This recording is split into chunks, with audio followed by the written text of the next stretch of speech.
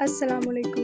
JTNPK کی Urdu service سے آج کی بڑی خبر کے ساتھ میں ہوں اینی خان۔ IMF بورڈ نے 7واں اور 8واں جائزہ مکمل ہونے پر قسط جاری کی ہے۔ اسٹیٹ بینک نے کہا ہے کہ IMF سے موصول شدہ رقم سے زر مبادلہ کے ذخائر کو بہتر بنانے میں مدد ملے گی۔ خیال رہے کہ گزشتہ روز IMF نے پاکستان کے قرض پروگرام میں جون 2023 تک توسیع کی منظوری دینے کا اعلان کیا تھا۔ پاکستان کے لیے قرض پروگرام $6 ارب سے بڑھا کر $6.5 ارب کر دیا گیا ہے۔ IMF نے کہا ہے کہ پاکستان کی معیشت کو چیلنجز درپیش ہیں۔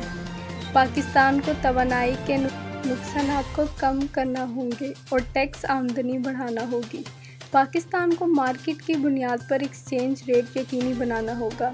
کاروبار کرنے کا ماحول بہتر بنا کر پائیدار ترقی کو یقینی بنایا جا سکتا ہے اور مہنگائی پر قابو پانے کے لیے شرح سود میں اضافہ بہتر اقدام ہے۔